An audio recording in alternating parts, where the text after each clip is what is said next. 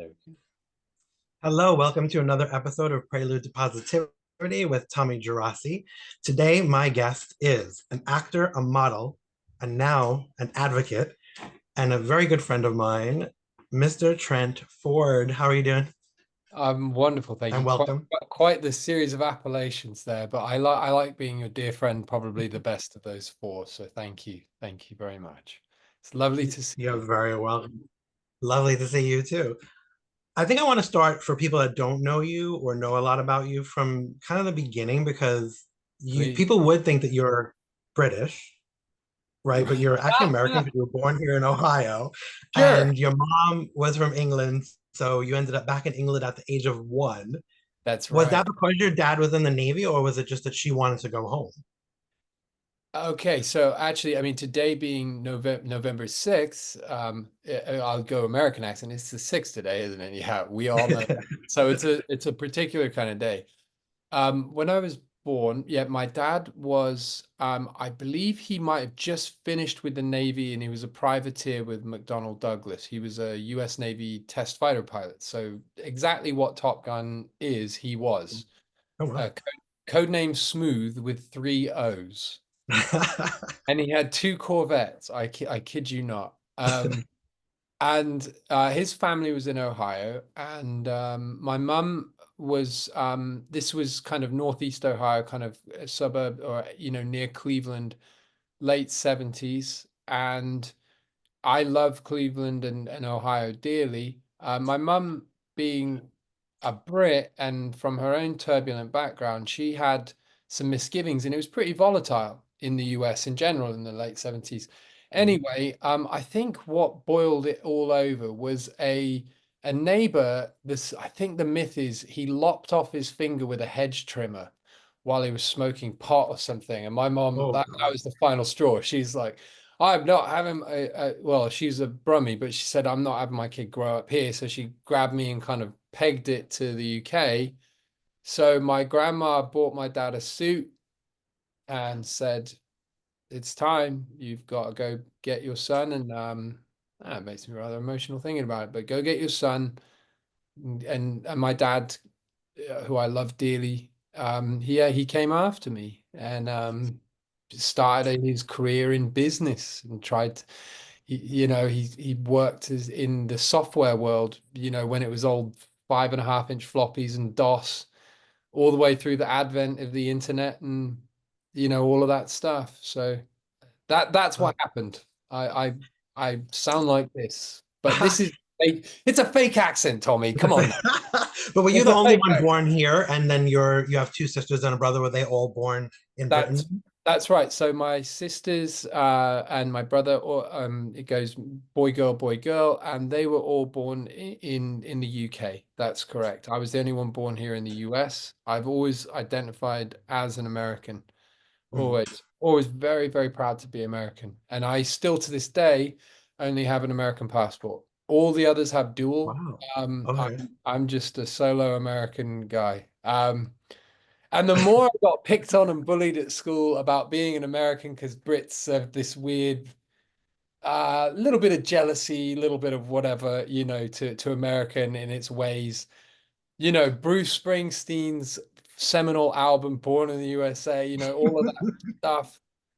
To me, that just made my heart swell. I loved it. And the more they made fun of it, the more that Top Gun came out and Mhm. Major League for those of us from Ohio and things like that, the more I just felt like I was a part of this. And at the time I didn't understand the gritty kind of craziness that was really exciting. Now I look back on it, that was going on in England with the music scene, think things like Joy Division and, Oh yeah. a whole sound movement that happened. I was a little too young for that. So yeah, we moved a lot. We moved houses a lot. And so this accent isn't really real. I grew up on the border of Wales. Why do I go like that? It's kind of on the border of Wales in Herefordshire and Worcestershire, where you get Worcestershire sauce from.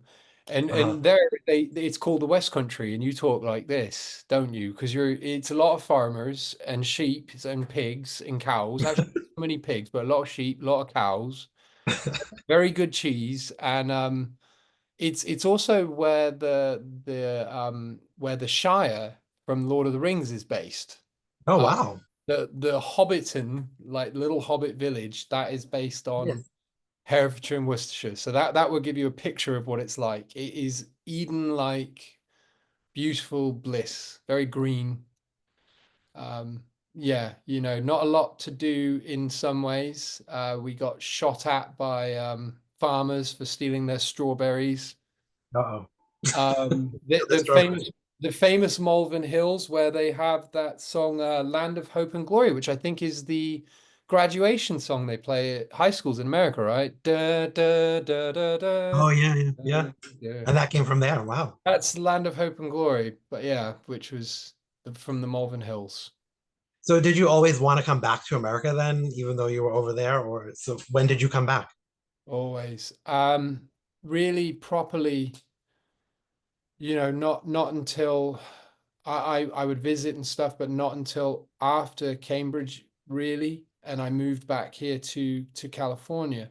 There were times, in Ohio with my aunt and whatnot, and also down in New Smyrna Beach in Florida.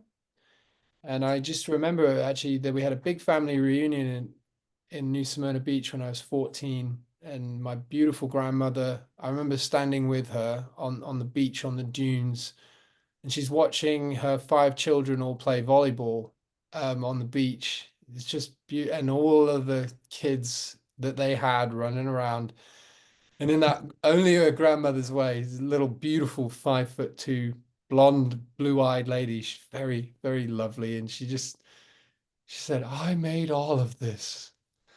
And I looked at her, I was like, yes, you did. Yes, indeed you did. And my mum didn't have a family. She was an orphan, or kind of. She had a sister, but they didn't have, they were in and out of the welfare system without parents from a young age, and very, very rough upbringing. Like Birmingham, Peaky Blinders isn't really far from the truth. You just bring it up to modern day in a way.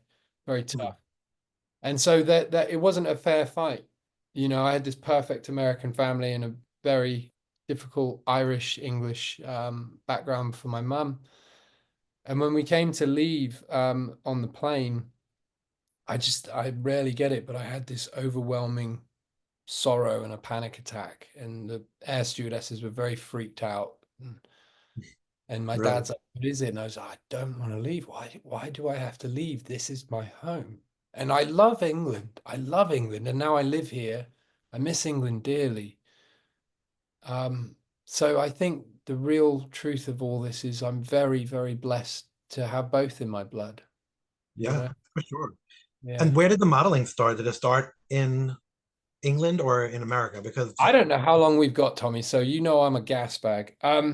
The I modeling mean, started with Italian Vogue doesn't happen if you're in, usually not from Florida, that's for sure. Yeah, no, the modeling started. This is how it went. I came to California in between high school and college, and everybody else went to India or Thailand. I'm gonna find my soul, and I was like, screw that. I'm gonna listen to the Eagles. I'm gonna get a convertible car, and Okay, in America. I'm gonna explore California. That was my plan. Uh, So superficial, but it wasn't, because I fell in love with this place. And as soon as I got out of LA, I hooked a right up the coast, driving into the sunset. And man, Santa Barbara was gorgeous, and it was just like out of a book. And I ended up in a weird little town on the way out up to Yosemite, and I broke down. I think it wasn't Gilroy, but it was a town like Gilroy, a smaller town, and I'm just sat smoking a joint in this little convertible car waiting for the part to come in. I had like 2 days, and I remember I was reading Dante's Inferno, or maybe Purgatorio by that point, and this guy rolls up to me, an Italian guy called Gianpiero Paoletti. And he's That's like, Italian. I'm doing a convention in San Diego on July the 5th. Would you like to come? And I was like, for what? And he's like, modeling, acting. And I was like, I loved film. And I was like, well, yeah, maybe. And then he's like, it's $500. And I was like, no, I'm not. And that was I'm not like fucking around. 98. I was like, no, and I'm not going to be there anyway. So I'm going to Ohio because my dad is remarrying. So anyway, because we didn't have internet or whatever, I kept his business cards and stuff, and he kept calling me. I had like a voicemail box. And so That's eventually, like, why does he keep bugging me? Like, this is kind of sinister, but if he can make money off me, then maybe I can make money. So yeah. I was stuck in Ohio and I had to get back to LA to fly home. So I was like, ding. Um, and my uncle Manley got me the air miles flight back to San Diego. And I was like, look, you pay the entrance fee and you get me a bus ticket to LA afterwards and we'll talk. So he Wow, you're he your did own all of agent. yeah, he did all of that on the 4th of he's like, and you turn up all in black, you turn up in black and you do the runway and you shop at this time and you do this and you do and I was like, okay, yeah, whatever. I go and get drunk on the beach on the 4th of July in San Diego, fall asleep, wake up with flowers in my hair and sand falling out of every possible spot that it could. And I've just got jeans and a Levi's blue t-shirt on, like a ribbed one. I remember it to this day. It was like a lucky shirt. I get there, like it was out of a movie. I just kind of bluster in, walk down the runway, sand's falling out of me everywhere. And it's the first time in my life I ever gotten a round of applause. And everybody's like, great. And all the other attendees were like, you shouldn't be here. You're supposed to be in black and whatever. And pardon my, I can swear. Yeah, sure. I was like, yeah, I don't give a fuck, darling. Like it wasn't even darling. I was like, yeah, I don't give a fuck. Fuck it. And they're like, oh God. And every agency in the convention gave me their card and were like, we want you. And I couldn't believe it. Um, I loved, How old were you then? I was 8, 19, 18, 19, let's say 19. Yeah, Oh I wow. must have been People 19. must have been like, look at this guy. We're all working all this time to get that. And he walks in and gets it. But I kind of in That's my a head, I had this thing. I was like, that's what you've got to be. yeah. My mum taught me one thing. She says manners can take you anywhere in the world. And then when I started to meet people of great wealth and influence and culture, I started to notice as well. And they told me that like, yeah, you want your manners, but then you have to know kind of Henry IV style, how to throw them off and be casual Mhm. and act. There's this little kind of line you have to tread. My mum loved fashion. I'd always be nosing through her Vogues and her Marie Claire's and stuff. Just loved it. And so I had an idea of what I looked like and what I wanted to wear. Mhm. I love, I didn't at the time like French designers. I loved Italian designers. So I kind of knew what I was about a bit. But I wanted to learn. I think I really secretly wanted it. So I met a lady in LA right before I flew home, and she's like, "Okay, go see Sarah Ducasse at Storm." And Sarah Ducasse is the founder that found Kate Moss, Elle McPherson, and all that bunch. And I just fell in with them, and they treated me so well. I mean, they work you very hard, but at the time they're like, go do 8, 9 appointments a day. You probably know it, right? Because in New York, it's the same when I was running around LA, New York are the same thing. Yeah. go sees and all of these things. And I found that a lot of models are very awkward and very odd. They're not nearly what people think they are, and I really liked that. They're a different breed to actors. Yeah. We're from all over the world. The language might not even be there, and education maybe some know. But you kind of all band together and take care of each other.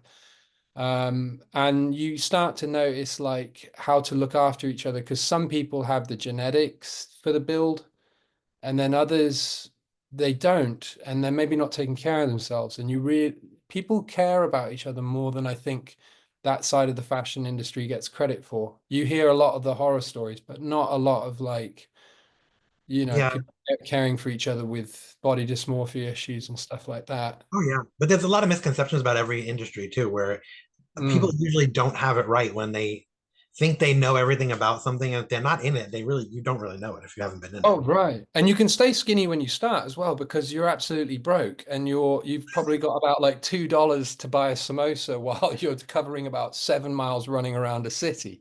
Oh yeah. Oh yeah. But then you did Italian Vogue and you did Gap, They Valentino. came It in time. wasn't, it was big names. It wasn't like you were just doing little. But they didn't happen until the acting happened. Oh, so So I that was beating on the door, beating on the door. I did about 3 years and not really getting anywhere. I did one campaign with a wonderful woman called Michiko Kushino, a Japanese designer, and she took a gamble on me. But other than that, it was like hair PR gigs and stuff like that. So then I booked, well, a lot of things happened. My mum passed. I put her in the ground. I was enrolled at Cambridge a week after she died. That was all 2 weeks after I got back from LA and I joined with Storm. So all of that happened and my life kind of completely went nuts. And so I got my it was it you know what it was Gosford Park. When I did Gosford Park, it was a very small role, and Bruce Weber all of a sudden is like, I want him to shoot. And I did a couple shoots with him. And it all just snowballed from there. And it was weird because like I'd been to Bruce several times and he didn't want you. not didn't even know who I was. He didn't even remember that I'd seen him. Peter Lundbergh I'd not met before. He did the Gap one with me. He was so good to me. And we did Calvin Klein together as well. But the funniest one was Mario Testino, because I met him in London one time and he made me they have that magic, the good photography. He made me feel very special. There are all these guys coming to visit him and he goes through my book and I've got the contact card and he's like, I don't want that contact card. I want you're gonna go to the copy store and you're gonna copy this pic. I want this picture. And I loved that because it's actually that was the picture I liked. And Mhm. it's a strange one because I look very angry. It was like 4 days after my mum died Oh, or well. something. And it was very honest and real. And so I copied that and gave it to him. And so about 10 years after all of that, well, yeah, maybe eight, I gotta get the chronology right, but it was a significant period of time and he remembered. He remembered and he has this. And I said to him, I was like, Mario, you've changed. He's like, changed? What do you mean? And I was like, you've grown. Like you're more radiant. You were quite full of yourself. Now you're kind of like quite you're really there. And so that's when we did that quasi nude shoot, which was hilarious because that was also the shoot where I shook Beyonce's hand naked because of him. Oh, Um, well, actually, Beyonce was. yeah, and she didn't expect it, and I was just like, by this point, I really didn't care. I was like, Mario, and then say hi to Beyonce. I was like, hi, how are you? And she's just like trying to not look, and it was just a mess. But anyway, And you did the Calvin Klein with a little known actress, Scarlett Johansson. Is that was who's that? Yeah, who yeah, is that? no, Who is that was special. Was she Scarlett Johansson at the time that you did this, or was she just on the rise at that point? She was, I think, yeah. I mean, like, I think there was that fateful night at the Oscars with Benicio del Toro. It was the day before I met her. Oh wow. So right around that time, she'd obviously done Lost in Translation and all of that stuff. So she was quite megawatty at the time, for sure. And Peter lobbied for me because it had to go in front of, I believe, Procter and Gamble or Unilever, one of the two owns the fragrance part of Calvin. And all the execs, there was one guy in New York, Manhattan, who's really surly with me. He's like, "Why do you think you're special, though? They're pushing you, and I don't know why, like who you are." And Peter just said, like, "Look, if you don't take him, I'm not doing it." And I've never had anybody do that for me before. And his explanation was, I need somebody that can handle her, um, you Right. know, and who can therefore maybe be an actor as well. And this is the guy I want to do that. So that was a real privilege. Shot it on the Universal lot, and it looks just like Manhattan, doesn't it? It totally does. But everything in California can be made to look just like Manhattan. They all have these New York sets, and you're like, I feel like I'm really in New York right now. Oh, Tommy, we need to get that as a soundbite in between. As much as I love Atlanta, they're taking too much. Like, let's keep it New York and LA a little bit. There's some magic to these two cities. Yeah, they really are. Um, Especially when it comes to art and yeah, making. yeah. Yeah, because I they're mean, ports of call for people. Like LA is somewhere where people come from other countries. They come to LA, they land there. And in New yeah. York, people land there. People don't usually come from other countries and land in Atlanta. Right. I mean, Atlanta, they're a machine. They get it Yeah. going. They've got their own thing. They're big banking and they've got a big music scene. But yeah, New York, LA, when I stop and think, if I'm doing fashion, You're gonna be the LA is actually not a part of that. LA doesn't count. You've got New York, you've got Paris, London, to me, for oh yeah. Tokyo kind of. If it's film, it's London, New York, LA. Like those are the ones. I mean, not to be dismissive of foreign language markets, because God, it would be amazing to shoot a film in French or German. But the romance I think is important. It's Yeah. so I mean, important. Atlanta did step up when it came to taking over things because of financial reasons. Like when New York and LA became too expensive, Atlanta, there was like a necessary thing that they had to do because they Yeah, couldn't afford. Now, California is just about right now, I hear that they're making laws and they're passing things to low right. to Yeah, entice people back, but they lost them because of that yeah. ridiculous thing that had happened. I'm not casting any aspersions as well about the area of Atlanta and Georgia. I've had the best times down there. We People met are incredible. I leave far fatter than when I came. there. No, just wonderful people and a really great motivation to work as well. And they figured it out really quickly, so there's a lot of innovation. But yeah, Newsom, I think, has just passed some tax break stuff. I noticed there's a brand new beautiful studio being built in the middle of Hollywood, though, and that's exciting. I mean, I remember as a little kid, I think this is embarrassing, but Garfield, the cartoon, and it was Garfield Goes to Hollywood, and Oh, it's got the. Have you seen that one? yeah. Hollywood feels so good, doing what you thought you never could. And it might have even been like Randy Newman or something. It felt like that. But if anybody asks you, what's your sign? Just look up on the hill and say, that's mine. Yeah, Hollywood. And it's just like you turn and you see that silly white sign, and it's just like there's a bit of magic. I still get a flutter in my chest when I go on a studio, or it's yeah. Yeah. And then we were talking about Atlanta. So you and I met in Atlanta because you were on a little show, Right. not a little show called Vampire Diaries. And Oh, you were on your part was a small part, but it still was such a big part of this whole canon and yeah. world that was created by these people. And I is loved by so many people and intensely loved, like intensely loved. You're still doing conventions. Yeah. I So mean, those were the halcyon days, right, Tommy? Because that was like when we were all new and the convention thing was very very new. new. And I miss not just you, but I miss our whole little crew, and Brandon, you dog you and He's still Virginia. around. He's still around. I know they're all, I know there Everywhere. was a chance to maybe reunite recently, and I missed it because of the scheduling and stuff. We'll And do it again.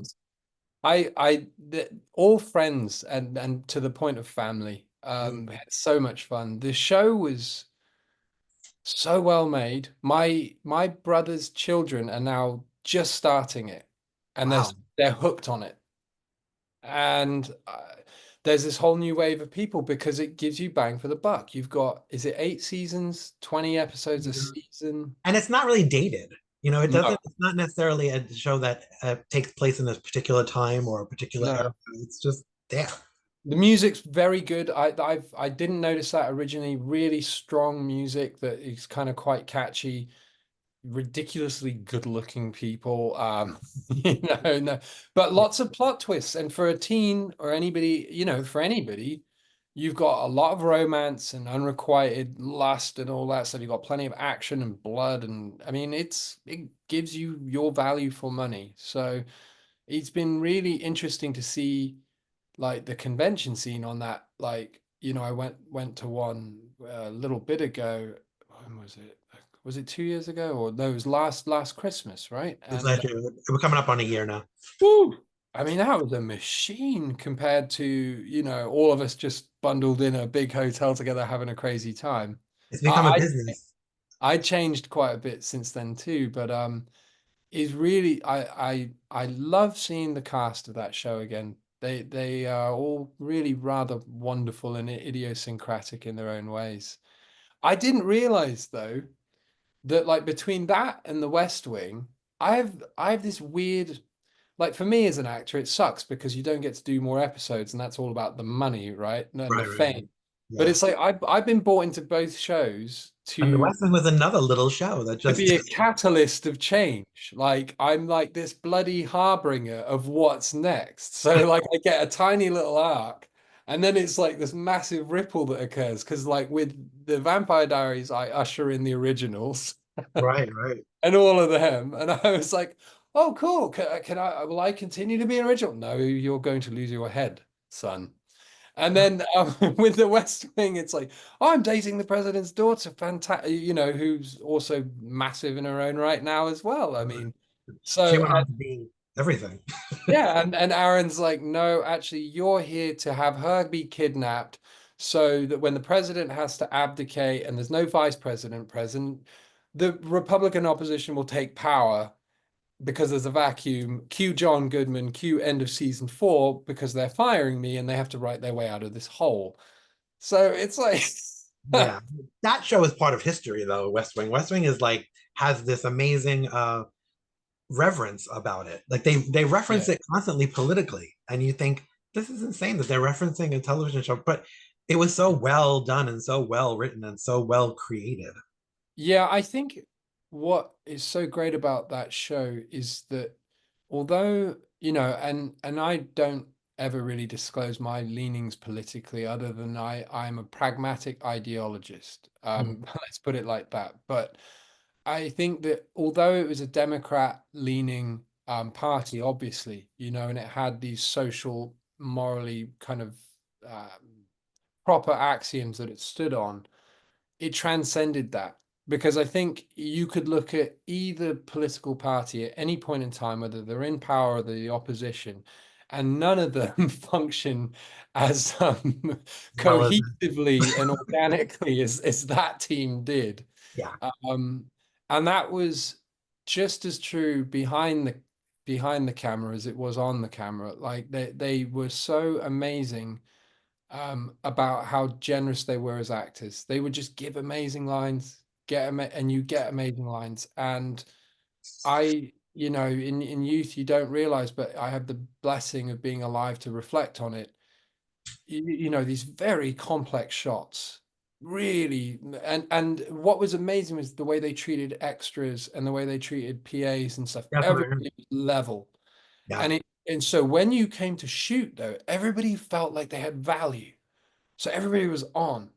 So a massive roaming, one shot kind of moving as people walk, and you've got 20 extras crossing, and you've got a party of 8 people with lines, and the boom guys have got to hit it, and you've got remote mics and 2 or 3 takes. And yeah. that was it. That's all they ever needed.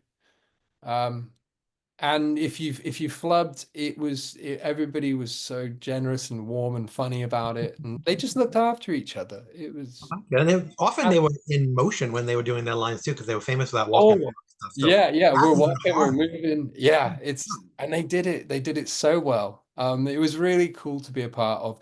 And again, to be like this rank outsider observing it all. Like, and Mhm. so I got to, and a part of it was I got to have this French insouciance.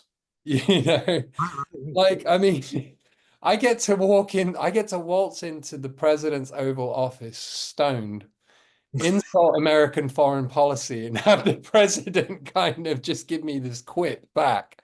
One of my favorite lines ever is like, I think he's prettier than my wife. Like, and I was like, I don't know. I would hate lines like that often, but when they delivered them, I felt like everybody was making fun with me as well as at me. So that Oh, was Martin Sheen was always presidential, and he even still is. When you see him, you kind of do think sometimes you forget that he wasn't really a president. He would just play one on TV because somehow in your head he belongs in that category of presidents throughout the years. Do you think no, no, no, just in joking. Like he goes home and he actually forgets that. Like, yes, Like maybe he really was. Maybe he thinks he he's was got that president. bearing. And like when he talks to the actors union and stuff as well, he's like, I'm like, it's like you're not the president of the actors union. You're Well, good during enough my to term, be.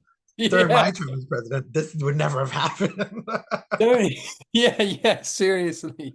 Don't tell Fran that you're the president, but he might be.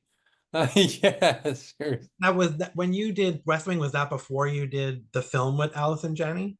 No, I did the The film film. How to Deal before, but that was in a long holding pattern because I think they tried to release it on Valentine's Day. So it held over for about 18 months. Oh And so wow. poor Alison had to put up with me in Toronto for a whole summer and then saw my raggedy ass turn up at West Wing. And she's like, that wonderful demure voice. I was like, oh, so we have the pleasure of you again.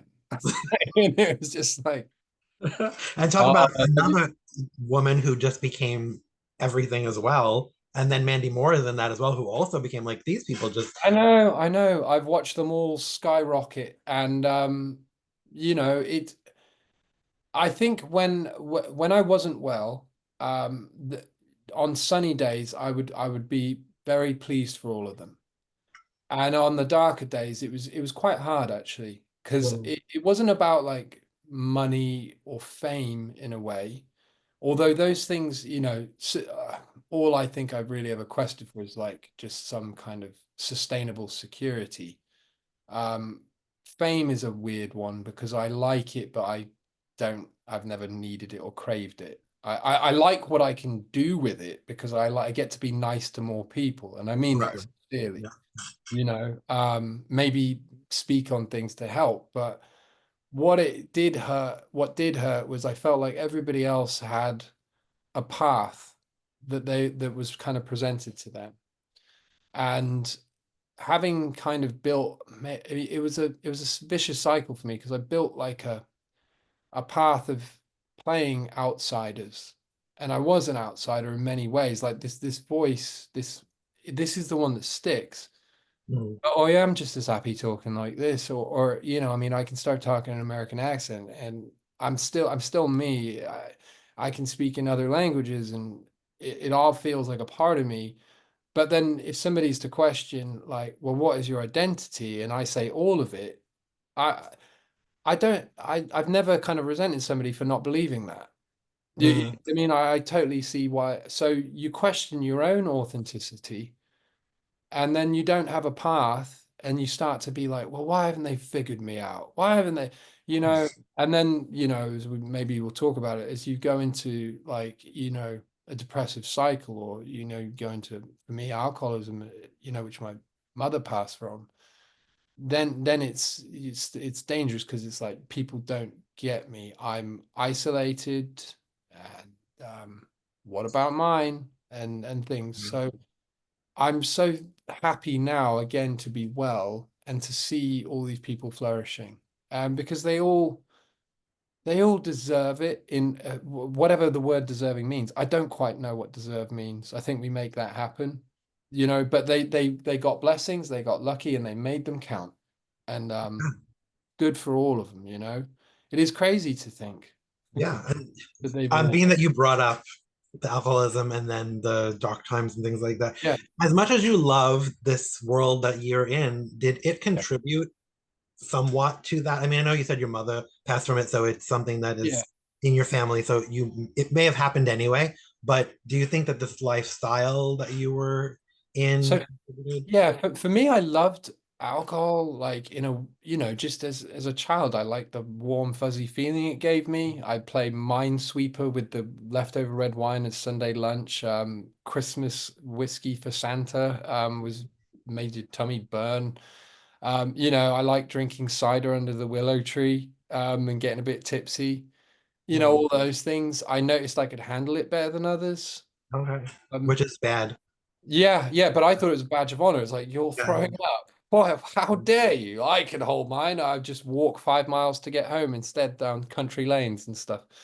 bizarre stuff. And then like my family kind of hit, some private things. I choose not to discuss those because of my beautiful family, but we broke up a bit. My dad and mum split ways.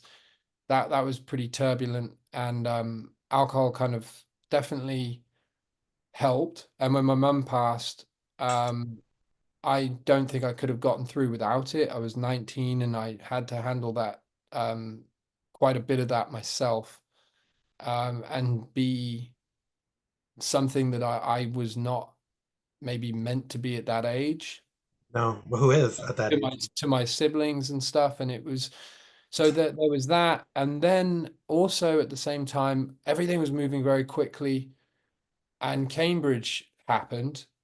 And Cambridge is an amazing crucible of a place. My college was built in 1327. It's very competitive to get there. And Yeah, I've never seen drinking or use of drugs like I have there, or I had not. It was really. really intense, Worse than really. Hollywood. And that was the thing. In a way, it was. Yeah. Yeah. So it was a strange thing. I managed to never take any hard drugs. I'm blessed like that. Marijuana and alcohol, and I would almost overcompensate, because ecstasy was very big. So everybody's like doing a bunch of X and staying up through the night. I'm like, I don't do X. So I've just got my tequila and my weed, or something like that. And so you kind of go a bit heavier. And then I think what happened in Hollywood that was a subtle transition was in the UK, we drink pints, you drink a lot of beer, a lot of wine. And then when I came to LA, it was spirits much more, and it's a free pour. Like they don't pour it in a jigger, and Oh, they don't measure it. they just like, hey, how you doing? And if they like you and you're nice to them, they pour Hey, more. hey, hey, how you Um, doing? So, And and then it's I a got to the disclaimer on point their where mug. I'm a bad snob and I have to be different. So we go to the red carpet events and they would, sponsored by whatever, right? And then they have cocktails that were tailored for it. I didn't want that cocktail. You're making it for everybody. It's probably not very well made. So I go to the bar and be like, here's a 50. You don't need to pay. The bar's free. I'm like, I know, but you're going to take care of me. Now make me the good stuff. You And know? keep it coming. Those are the famous last words. Keep it coming, and then Yeah, that's yeah. it. And I ran that thing that I think many people do. And I hope this helps some people because it's like you start to say, well, I didn't get a DUI. I never did that because I always took taxis. The pre-Uber days, I always did that. Responsible. Yeah, exactly. And I turn up to hungover, and the English mentality, hungover like a dog, but Being shape at work, youth was still on my major call side. times. Yeah, youth was on my side. Although every now and then, some people would gently, kindly say to me, "Oh, it's going to catch up," little puffy. And like, that's the magic of my makeup artist, ice pack or whatever. And it starts to kind of catch up. And then you get a little older and you're not bright and shiny anymore. And yeah, that was that dangerous turning point time. Yeah. I think that like when I was at the conventions, I would have quite a good time. Yeah, we all had quite a good time, but some of us Right. had more of a good time Yeah. than others. And Right. And I would go home being like, well, I that was what I was paid to do, yeah, to be the yeah, life of the party and yeah. do all that stuff. And I really believed that. And I lost track of the idea that of what any kind of I don't think I ever really knew it, what my intrinsic value was. And it wasn't the life of the party part. It was the part that people just wanted to get to know you. Yeah, You have these great stories and you have this amazing life that you led. And it's yeah, so interesting to people. And I think it uplifts them in a way that it can't even be described. But I don't think it was that they expected you to be the life of the party all the time. I think that no, I wanted to, and part of that was a defense. It's like, look, because we don't have to be embattled or burdened by these things that we carry so heavily. There's always been an absolutely, like, I've never really learned about boundaries in a way of like I'll just give everything, because what. and I have this innate belief that, like, the ability of the heart and the soul to give endlessly is possible, that empathy is infinite, but perhaps that isn't quite true because you will burn out at points. And yeah, just the idea of self-worth. I didn't, you know, I very, very fear-driven childhood. I saw my mum and her fears, and I couldn't take them away from her. And she saw that the only way out of things was success. And that was kind of something quite big in the 80s and 90s too, anyway, right? Yeah, sure. And I eschewed the idea of like it being too airy fairy, kind of like this floaty, oh well, love yourself. You no, it was like because I'd seen too much hard truth. I had some hard knocks. Um, and I knew that like, you know, yeah, as much as we say that, money comes into it, perception and stuff. And it was, I just got very lost, but I never really understood that, like, let's say I wasn't blessed with being, I think I have to admit that, and not in a bragging way, but I have to admit that I'm relatively bright. Let's say I'm not bright and didn't do well at school and go to a good college. Or that I'm not blessed with looks that people told me, because I never believed I was good looking like that. Right, right. Um, but I understood that if people told me, then that was something I'd have to accept. But my dad had put it best, I think, one day. I think I was beginning to concern him, and he's just looks at me and said, Trent, you are not cool. You're not cool. Oh, wow. And in my head, I'm like, I want to be cool. Like, I am cool. For fuck's sake, I've done so much shit and I've taken more crap. I've buried my mum and I'm cool. I am the Joker from the Steve Miller Band. Yeah, Um, and he's like, no, you're not cool. You're nice. Be nice. Just be nice. yeah, Now, so then I thought, like, okay, well, it's just be not. What I thought was there's a preposition after that. Be nice to people. Be nice to everybody. yeah. But you have to be nice to yourself first. Right. And it's just, how about just that very kind of, I suppose it is Zen. Just be, Mhm. be nice. Like Yeah, just be, and you will be nice in a way. Not, and then yeah, you will be it to yourself by default and to others. yeah, But I'm still afraid. I'm still afraid that, like, I'll click off with you and you'll be like, he's still a mess. He's still full of himself. People will watch and be like, what a yeah, twat, you know? yeah. Like But it, also, there is a bit of like a misconception about selfishness when it comes to that. You were saying about being nice to other people and doing good things for other people, but then there's the thing when you get on the plane and they tell you that if something happens and the oxygen falls, you have to put it on yourself first so you can take yeah, care of it. And it's so true with everything in life. You can't take care of anybody else yeah, or be a shining example to anybody else or a yeah. beacon to anybody if you're not doing it for you. So It's that, and it's not it's selfish. no, I've spent, like, I've been transplanted for 4.5 years, and I've helped over 200 patients now, and we've helped a lot more than that. And I have to walk the walk Mhm.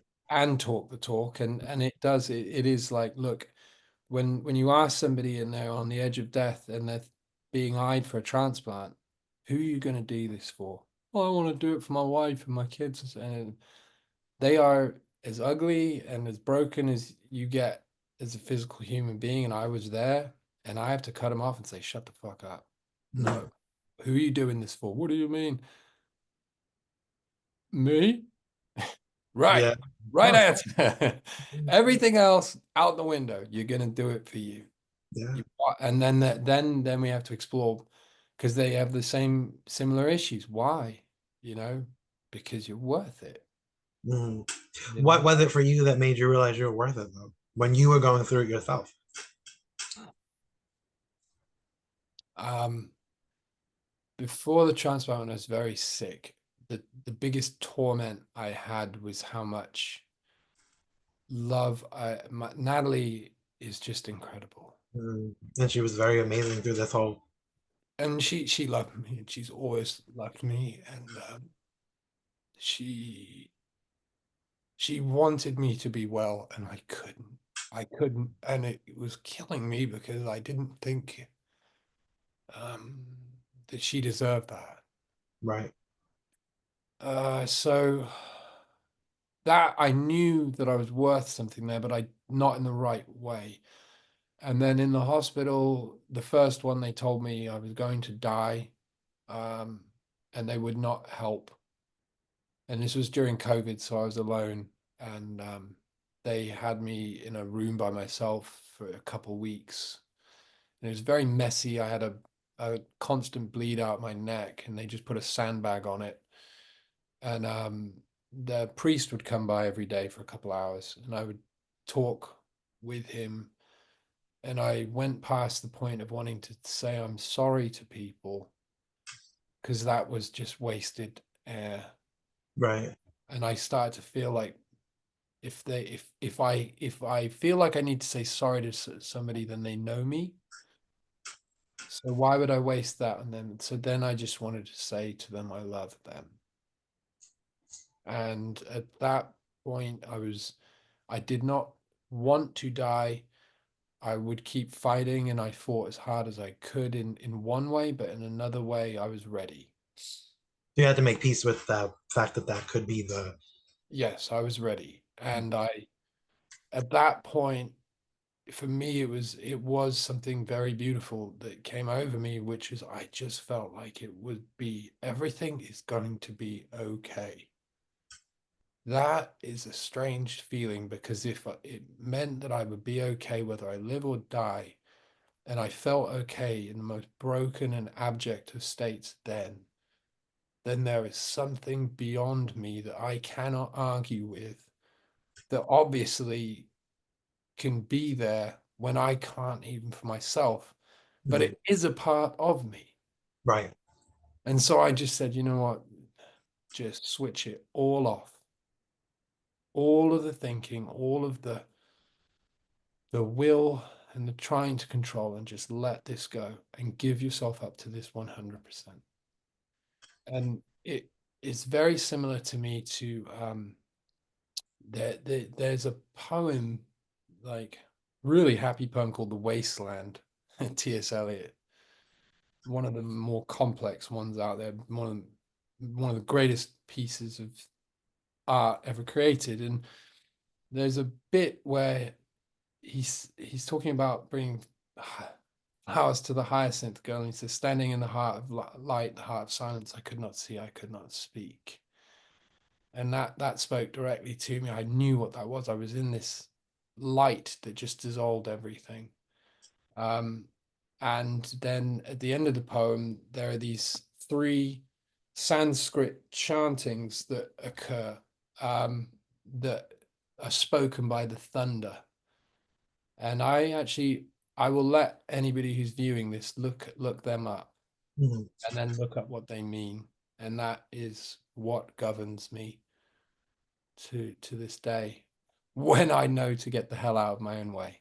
Ah, and then you did find out that you were getting the transplant. So So yes, did that Natalie, come in like the last hour? Was it because it sounds like yes, yeah, I was in a coma for about 9 days. And then when I came around, I had double pneumonia and I had less than 2 weeks to live, I believe. And at max, because the doctors had already said that I probably should have been dead a few years ago. And I've been trying, and some medical professionals have a different view on alcoholism and the worthiness of an alcoholic being saved against others. right.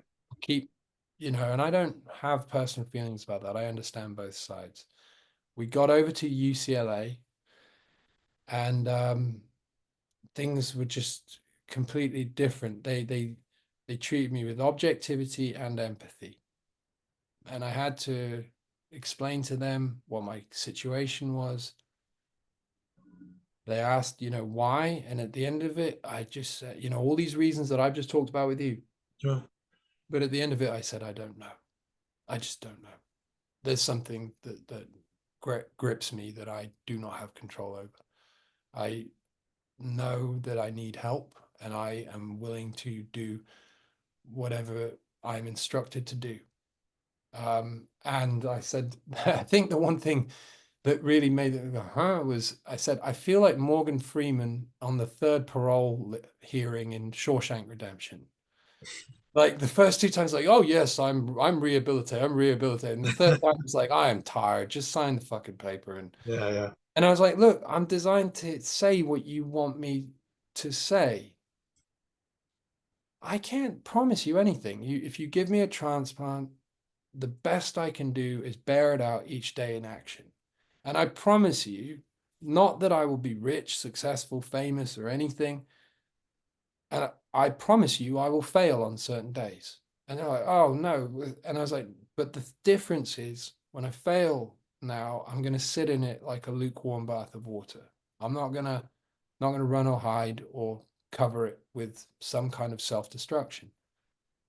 So they gave me a shot, and I had about 3 days left to live.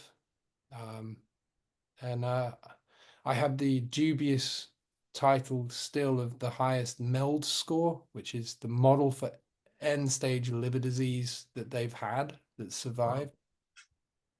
Normally, they'd probably TMI, but why not? When you get sick from alcohol in your liver, it goes hard like a rock. Right. Well, mine had gone beyond that and it started to liquefy. So they had more trouble pulling the old one out than putting the new one in. But I got married to this beautiful lady donor, and she's been with me for 4.5 years. And I had a little bit of a road bump with a big blood clot. Um, and I was afraid because it was again a 24-hour live or die situation. And I put my hands in the arms of UCLA, and they did it again. You through. And that's how I live. I just I love it. The times are very uncertain for all of us right now. Today, Yeah. right? We're all feeling jangly. Feeling a All I little know is uneasy. I get to give up, and I get to do it again and give it my best shot, and I get to go to bed and be thankful. Mm. I don't know. Natalie, are you here? You want to come in and say hi to And Tommy? you We can't. started the foundation for not only Yeah. the victims. Hello, how are you? Good, how are This is you? Speaking of Natalie. caregivers, we're talking about the foundation now, and that I was asking him about that you started it for the patients, but also for the caregivers, because in your case, you have both perspectives. So from Yes. your perspective, going through all of that with him, what is it that you bring to the caregivers when you deal with them now? Oh, I think for me, when I was going through it, it was a very scary time during the pandemic, felt very alone.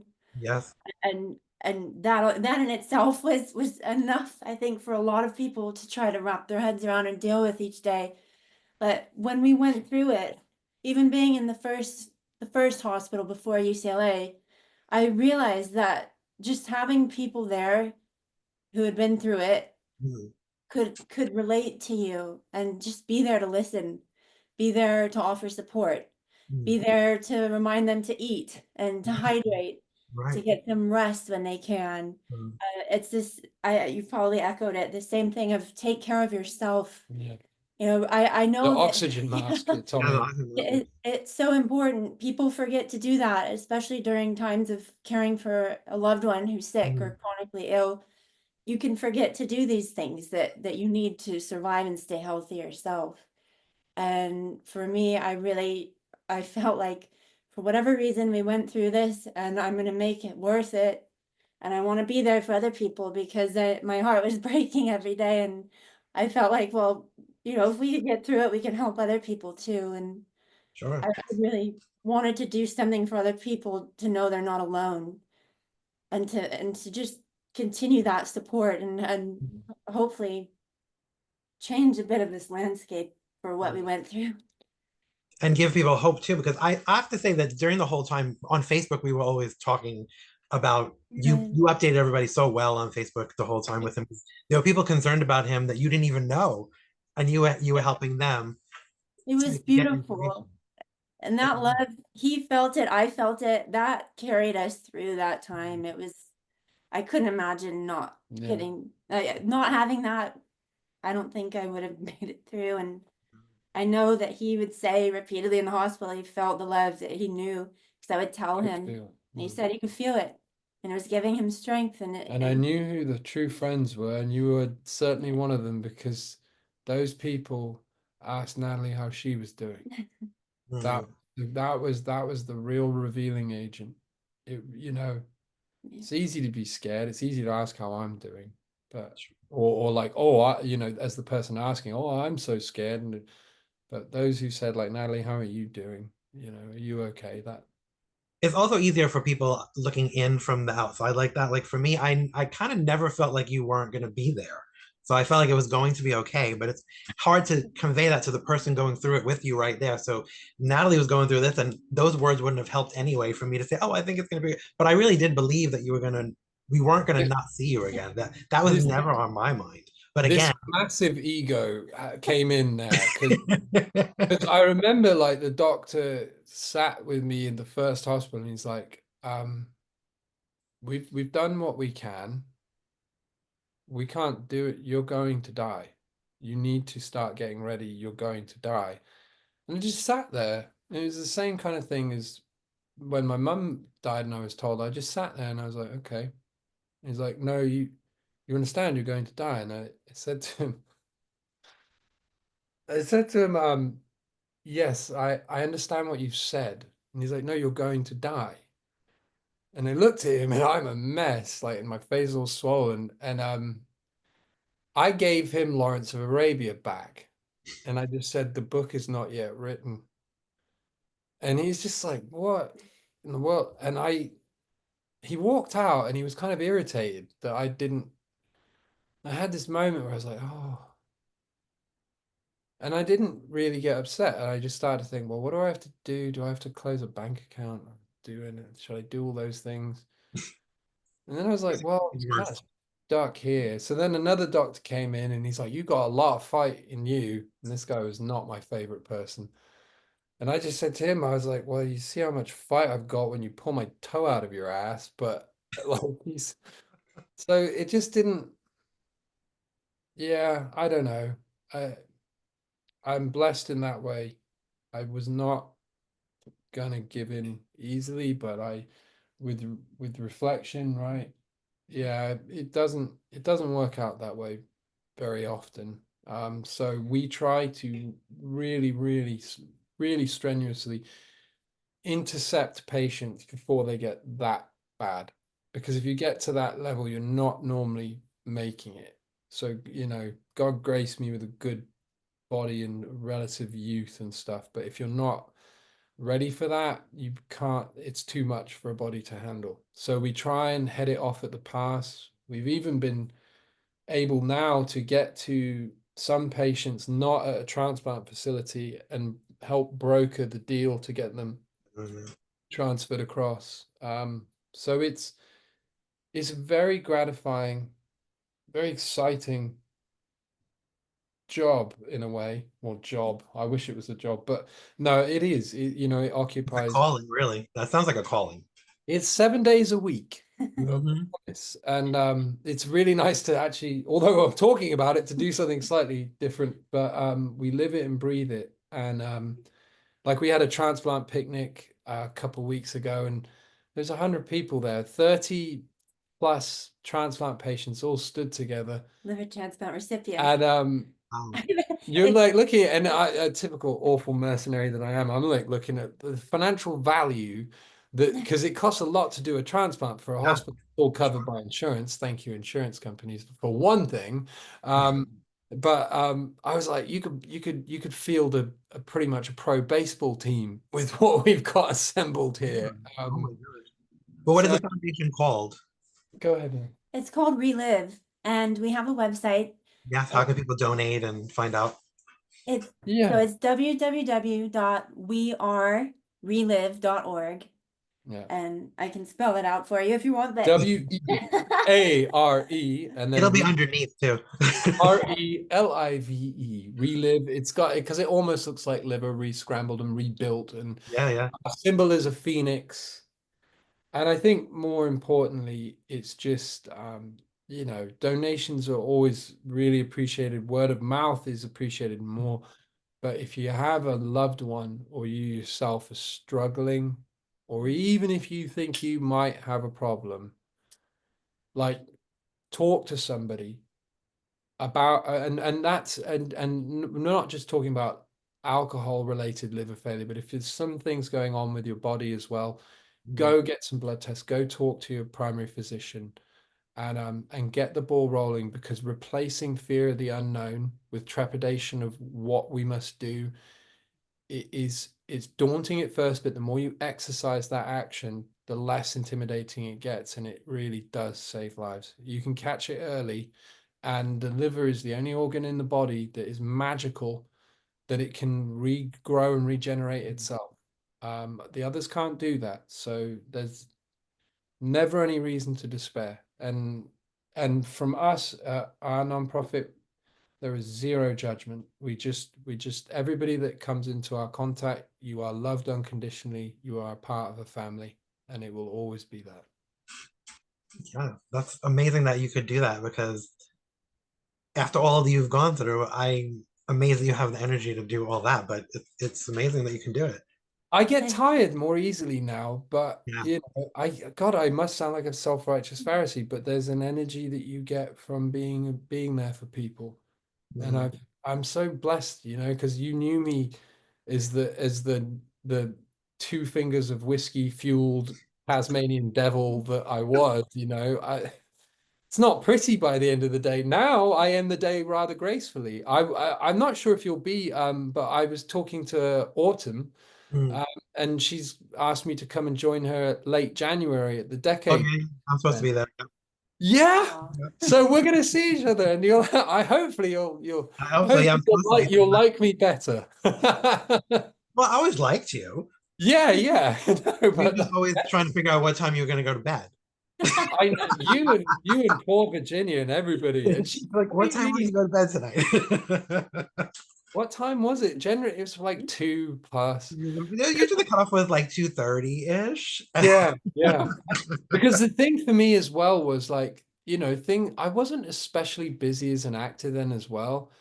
And there is a performer in me, and I loved doing it, you know, like, because I'm not better or worse than any of the other actors. I'm just a bit different like that. But they all seem to have those boundaries. And oh no, I'm Right. not. I'm like, no, screw it. You know, like we are with the fans. Like this is why we do this, and it is why we do this. It's You true, but you don't have to give everything. I did not get that memo. Did not get that memo. You gave a lot. You didn't have to give all. But you know, I mean, some of the people, some of the wonderful people that you know we're all friends with, you know, they donated to the inception, to the fundraiser to start the Yeah. nonprofit and stuff. And these are people that, you know, I'm really thankful for Facebook, because one of my favorite things is the happy birthday list. And I like to say happy birthday to everybody. It's And true. I do the same thing every day. yeah, I've got like 4,500 people, maybe not as much as many people, but I think that's an awful lot of people because I know them all for Right, real. right. And that's amazing. God. So yeah, and things are kind of picking up again now. So we're, you know, lots of things to look forward to. You're going Trying on auditions again, and you've got, Yeah, I'm actually I'm waiting for a contract to come through, but they told me I got the part for this really delicious character for like a ghost horror story where I play a cross between like Gandalf and Jack Sparrow. oh, nice. Oh, that would be perfect for you. Yeah, and I know, and the funny thing is, it was the audition came in the day before the big fundraiser. 14 pages. And then they sent in an addendum because I was like, that's against the SAG rules. And they're like, well, actually, only do 5. It was too late because I said to Natalie, like, we don't have time to do this weekend. We got to do this now. Mm. She's like, but we got to go to bed. And I was like, no, we're doing it. So we did a 14-page audition and on the fly. And isn't that the way? So it went gangbusters and we booked it. So we're waiting to see the contract that would shoot in early December. Wow, that's So coming then, up. Elton John, the bitch is back kind of thing, I guess. I see how that goes. Hopefully it goes. It's a really cool script. It's got a lot of heart, and I like that. And trying to put together a TV show of my own as well, which is moving slowly down the tracks. And Well, that always moves slowly. Would you consider writing a book about your experience? yeah, Because I now think that you've got a book in you. at first I was saying, the people kept saying, I'm like, yeah, no, why don't I do this or that? And they're like, we're not interested in that. And I think now, yeah, give it a little bit more. I'm very weird when like things will kind of percolate and the dust is swirling, and then I just sit down and things tend to just fall out of me when they're supposed to. Whether it's yeah, I know, right? Including an organ. Um, Well, you know, but yeah, I mean, whether it's a painting or, I drive Natalie nuts because we do a little thing where we help other actors and I write about them sometimes.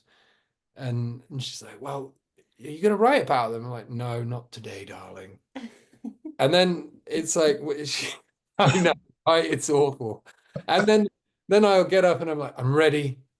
And she's like, and she knows. So I sit at the table. I still old fashioned pen and paper. I'm like, I need silence. it's a process. And it is. I go right back to Cambridge. I'm like, it's exam mode. I hit the clock like it's an exam. And then it's done. Oh, Type it. And it's done. But I do. And it's like, done. And I still get slightly nauseous before I do it. well, that's good. Yeah. Yeah. Passion. That's the Yeah. passion. It's a radar telling you that it There it matters. is. Oh my Yeah. God. And we talked about before the election that just happened yesterday, Yes. the Yes. turmoil that seems to be again. Red won. In case you didn't know, red won, blue lost this time. Yeah, yeah. But I want to Well, talk about something topical that you did called Burning Blue. oh, right. That film, I think, is like the whole concept of that film is constantly relevant, Yeah. unfortunately, in the world. So when you did that, did you know that it was going to be poignant for so many people and that it was going to mean a lot for those people? Did I? But when you looked at the subject matter and then Yeah, you, I mean, you're making me think about dear friend Josh as well, and mm, who was a serviceman himself, and yes, he's never was, he is, he's gay and he was in the Navy. You come on in. But I had a feeling, and it just came to this for me that I know what love feels like. mm, It's the most splendid, glorious thing, but it pierces you and it leaves you terrified. Just the idea of the echo it puts in your belly. And to consider the idea that you may love somebody like that thunderbolt love that we get, and you would not be allowed to express it. And then I thought about how massive the US military is, mhm. and that it is the arm of the world. It really is the strong arm of the world, made with steel and, you know, incredible technology and manpower, man and woman power, all of us power. How about that? But you couldn't express it within that. All I could think about, like, being on an aircraft carrier or in a $50 million fighter plane like my dad flew, Right. because that's a lot of weight, that's a lot of metal, that's a lot of claustrophobia, and then all the institutional structure. And I Mm, thought about that feeling of all that weight trying to cage and suppress and press down upon something that does not understand that. And if, men famously went to war with pictures of their sweethearts in their wallets and came back like heroes, you know, why could that not be anything? If you're going to convince somebody the absurdity that you are going to go to a foreign land to fight and possibly take somebody else's most precious possession, their life. You better have a damn fucking good reason for it. Love would be that. Mm. So then to debase it and say, well, you can fuck another person, but you just can't love them. Mm. That kind of then brings the fight to a different thing where it put a fire in my belly saying, well, you know. And my mum was amazing like that. And my dad too. They always taught me that we all love differently. We all love different people. It is not your place to ever judge or question what or who somebody loves. If you see it, study it, and admire it. That's it.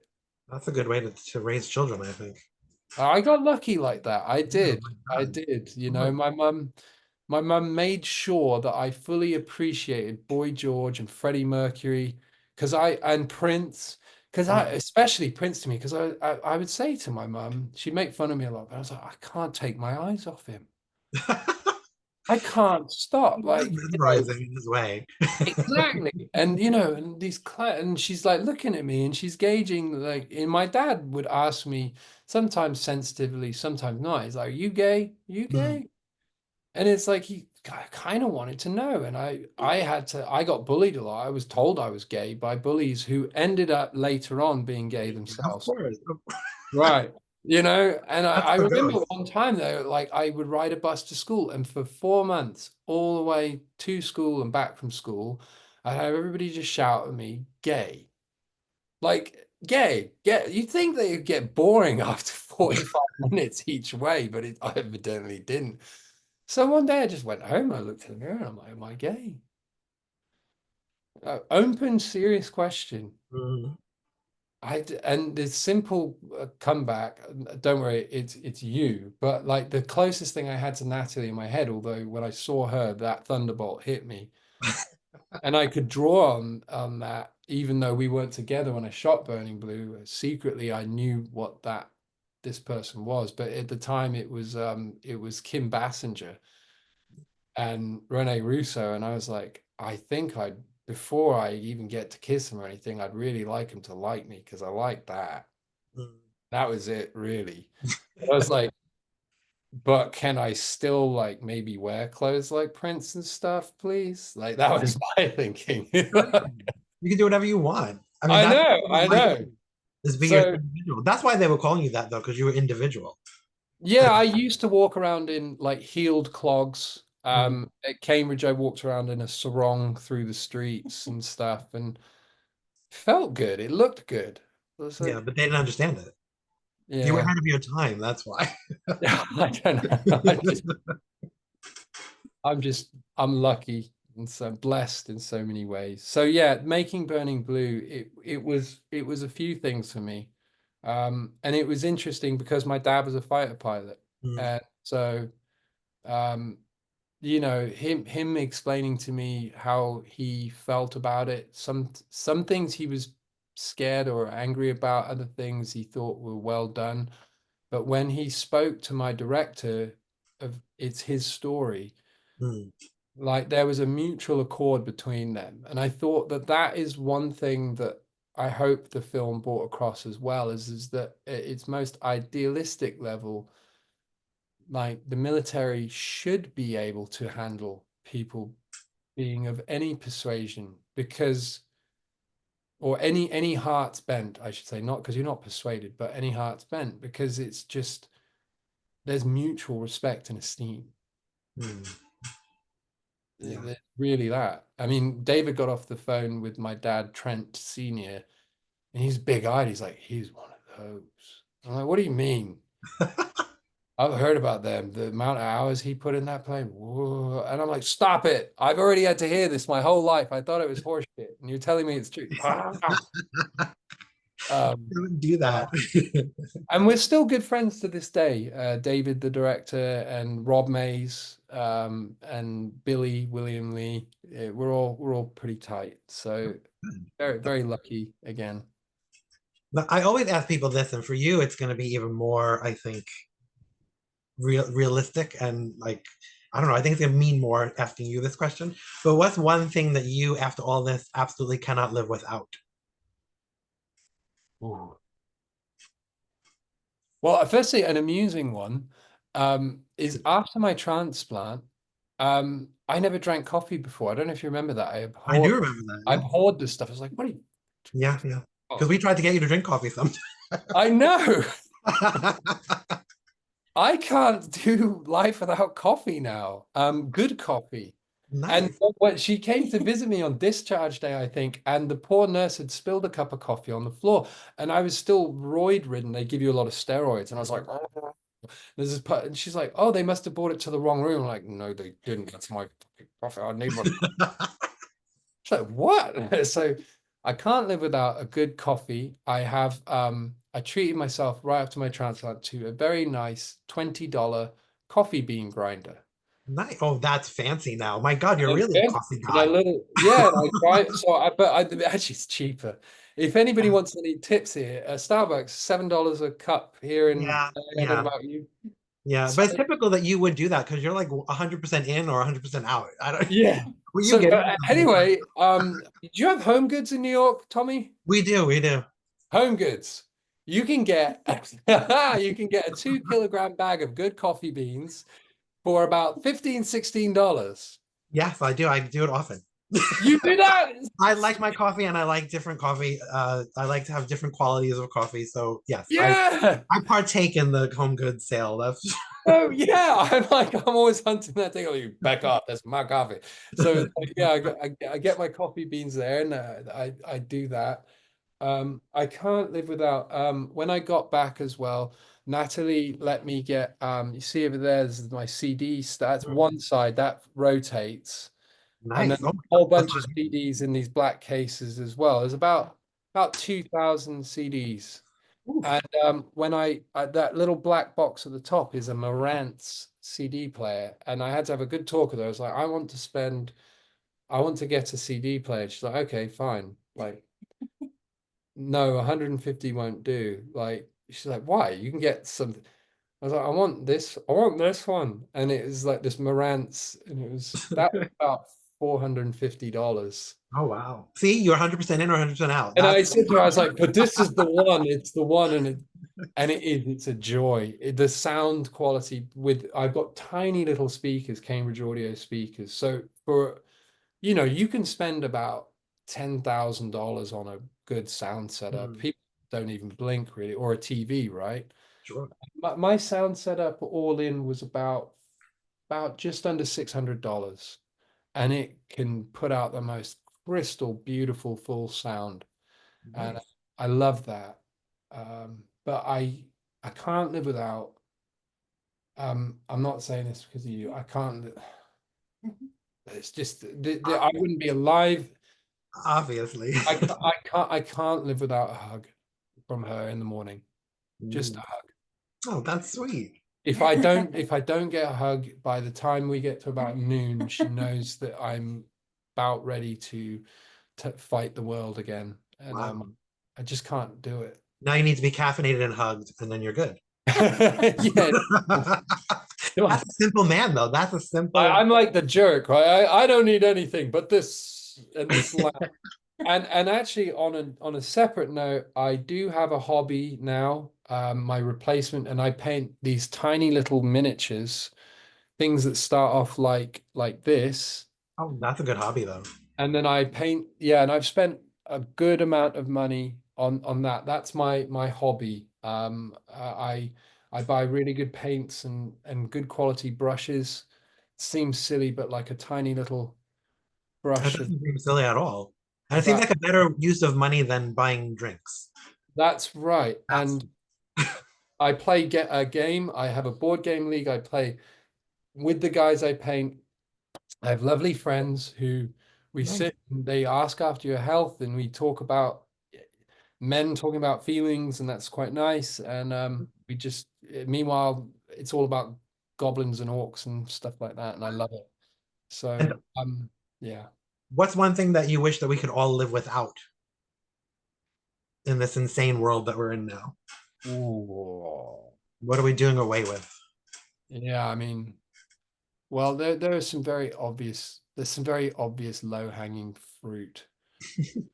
All live without, because if you take it away, I mean, you can't, I'd like to say things like fast food and stuff like that, but that's not true because sometimes it's delicious. And so Mhm. also we got to feed that very big hungry planet. I think do without the necessity of rapidity, that everything has got to like this feeling that and couple that with the feeling that you must be master of all, Mm. Oh, like and that you must say that it is wonderful when people can learn to say, you know what, I haven't had time to get around to that, I don't know, mm, because then you're open to wonder, you're open to just watching the world go by and just seeing the breeze go through the tree and how remarkable that is, and it's there just for you, or you're there to learn again. mm, And I had to learn that, that if you are vulnerable and you ask for help or you ask to learn, you let somebody else be their best self. mm. They get to shine then. So you're actually doing a good deed. You're doing a service yourself. Um, that I think is really valuable because social media and stuff is great. I don't know. In my head, I'm like, who will watch for this long? By this Oh, point, I could have seen 4,500 TikTok videos. you're Um, doing great. The last thing I wanted to ask you though is, as open as you are with everything, is there something that you think people still misunderstand about you? ooh, you're welcome to chime in. I think I think people make a lot of assumptions about me. Um, I suppose they're free to them. Maybe that I'm maybe that I'm arrogant, um, or effete or elitist. Um, I can see that. I do feel that I cannot compromise on one thing, which is I like quality. I think quality will always have its place, and you cannot bullshit me about it. Mm, Doesn't matter what it is, whether it's art, thought, behavior, um, it always evinces itself. And I refuse to say that I'm okay with things settling down to the lowest common denominator. I strictly believe we can all elevate to be at another level. So if anybody ever feels about me that I'm sitting up here better than now, I do not mean that at all.